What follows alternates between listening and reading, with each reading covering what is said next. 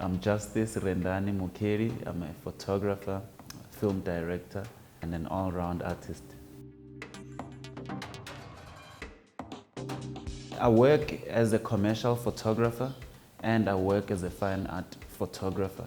And of late, I'm focusing a bit more on fine art photography, but I've dabbled in both the spaces relatively enough for me to feel like I know and understand the space. I mean, the differences between the advertising space and the fine art space is honestly personal, and beyond personal, it's the process of working. If you're working in advertising, you are working to answer someone's brief most of the time, so you must have that in mind when you are creating the work. And when you're working in fine art, you are working from a place of answering your own brief or getting out what you need to get out from yourself into whatever canvas or art piece you create as a photographer. But I feel like the work in itself comes from the same place, it's just the processes are different. Yeah, so as I said, with commercial, the process is answering someone's brief and breathing your intention, your experience, your art into someone's brief to bring that alive. And fine art, it's purely you. You are the boss. It's about what you want and what you feel and how you want your work to speak to people or to speak to you.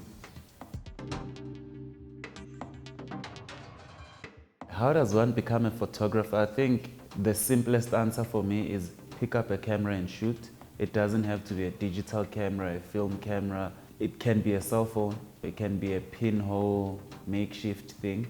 Yeah, photography for me, if you want to become one, just go out there and shoot and don't wait for someone's go ahead.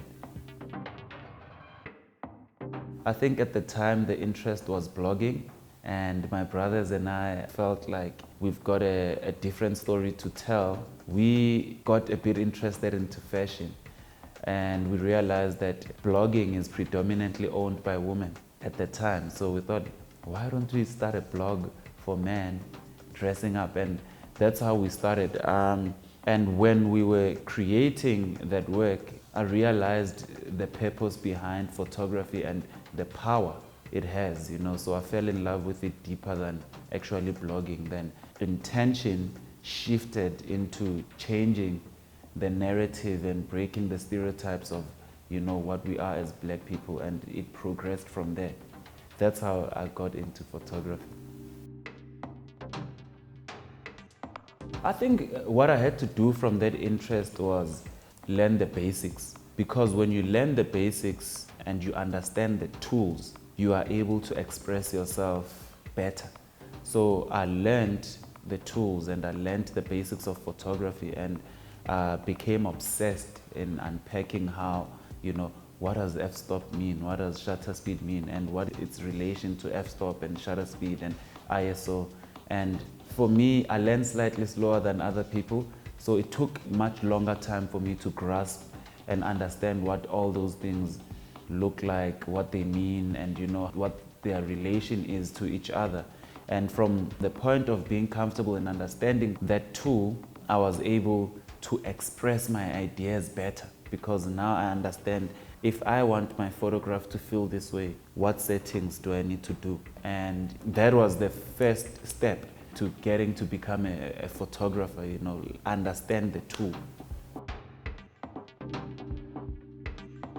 For me, the important skills one needs to becoming a photographer is having a good eye and understanding light. But that's what I think is important, and that's what works for me.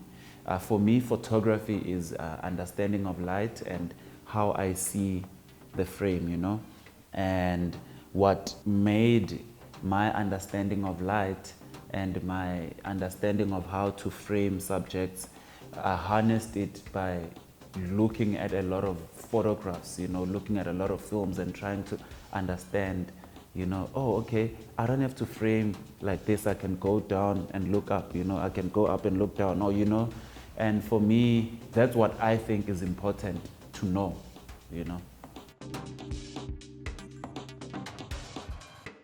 For me, I've always understood that I don't want to be a struggling artist. I've had my fair share of struggling. And when I was approaching becoming a photographer and my interest in becoming a photographer, it was clear to me that I need to find a balance. I love fine art a lot more, but fine art doesn't generate enough money for me to sustain the lifestyle I wish to live. But commercial can, so when I go out there and I shoot these campaigns, I earn enough money to sustain my lifestyle, to afford chasing being a fine art photographer, to afford buying things that will help me experiment with my ideas, to afford having a car that, affords me to travel out to the remote parts of the country and pay a model, buy myself gear, and all those things. So I think for me, that was the first and most important thing when I decided to become a photographer, that I need to find the balance. And it started by me working in advertising, and when I was transitioning, I didn't just jump. I held on to my job as an art director, and I worked and saved enough money for me to sustain myself for a year whilst I chased my dream. And once I got my dream, I made it work as a commercials photographer, then transitioned to being a fine art photographer,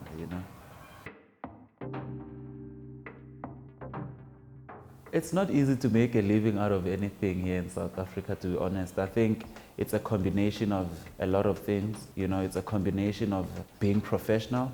It's a combination of putting yourself out there unapologetically in the most professional way. It's about learning the basics and all the things you need for what you want to get into. Like as a photographer, I think for me, the important thing was understanding the tool and learning all the basics and building a portfolio before I could put myself out. Then I built my portfolio with my brothers. I learned the tools and learned the system and what is required for me to be a professional photographer. Then I went out to an agent, and they could see in my work that, okay, this guy has an understanding of what's needed, and understand the language and understand the technical, the business and all those things. So I think we can say it is easy to make a living in South Africa, but you need to know what you're doing. You can't just stumble on it. It's a high pressure industry, and for me, the pressure always is about deadline. So you're always against time. And because it's not on me, I'm working with a team, and everyone's contribution affects the time. There's a lot of pressure that comes with that, but it's in how you manage it. You need to communicate as clear as you can. You need to make sure that everyone understands, the time you guys are working with, and not lose your cool. And I think, forever smiling is the best way to get things done for me. I don't need to shout or scream, I just speak and communicate as clear as I can.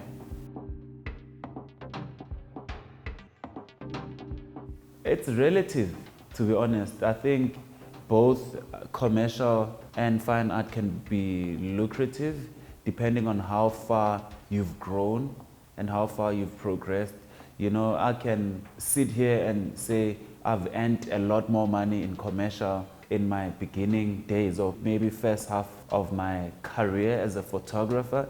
Then the second phase of it is now, and I feel like I'm earning a lot more as a fine art photographer because, for example, I would shoot a series, and one photograph in the series would have maybe 4 sizes, and each size would have an addition of 8. One photograph could range from maybe 80,000 rands, and imagine 80 times 8.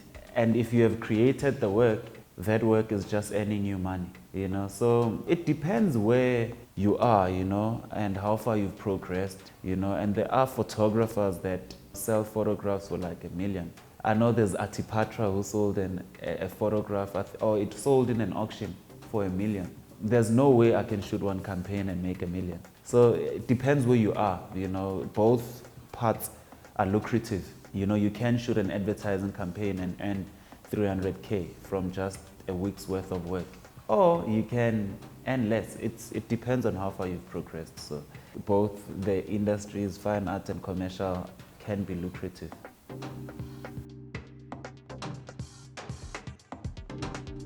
I think the biggest misconception is people feel like they can just decide to become a photographer and make money. And there's a lot that goes into it, you know. I mean, there's time, there's learning the business, there's learning, you know, where to position yourself and how to position yourself and market yourself. So I think a lot of people see photographers that are doing well, they feel like they can just buy a camera and plug into that. And you know, you can't do that. There's a lot to learn, you know, there's a lot to understand, you know, the business side of photography and the marketing. Yeah, and how you position yourself is quite important. So yeah, the misconception is that you can get a camera and shoot amazing photographs and make money. No, I know a lot of photographers that are shooting really, really amazing work, but they're not making money.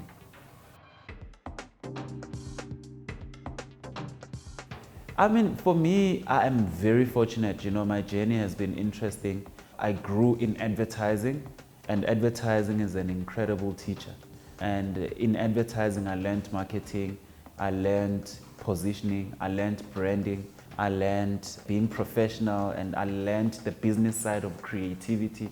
And when I got the interest to become a photographer, I had all these things that I had learned for 7 years in advertising, and I knew how to position myself. You know, I knew how to place myself where the money is in photography and still be able to tick all the boxes that fulfill me creatively, you know.